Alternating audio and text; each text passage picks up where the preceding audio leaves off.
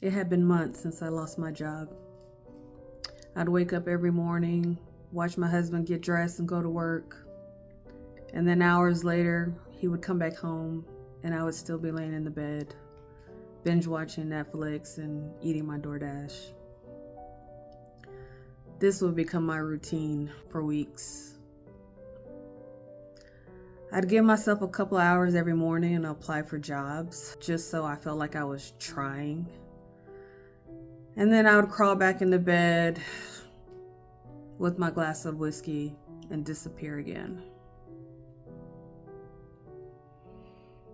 The silence during the day was just deafening. Everyone that I usually talked to was either at work or busy with their families or their lives. I felt completely alone. I felt like the entire world was spinning and I was standing still, just stuck. What I didn't realize at the time was that I just didn't lose a paycheck when I lost my job. I actually lost my sense of purpose. This was the first time since I was 15 years old not working. I've been working my entire life. It reminded me of the grief that I felt when I lost a loved one.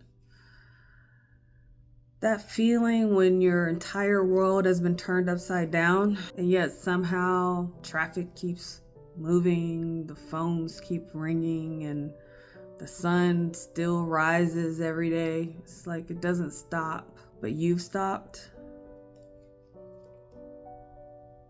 That's how I felt. But no one died. I just lost my job. So it's strange. But I guess I just didn't lose any job. I actually lost the job that I love, the job that I have been working towards, the job that I have been sacrificing for.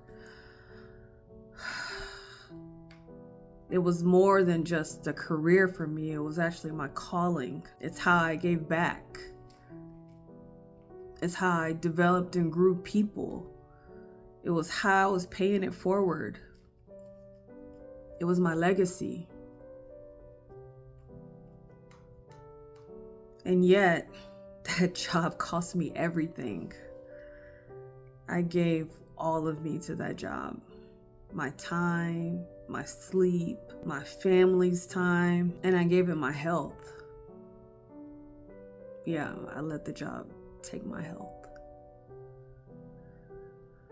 So I had to unlearn that grief just doesn't come with funerals. We can also grieve the loss of identities, roles, relationships, and seasons that come to an end.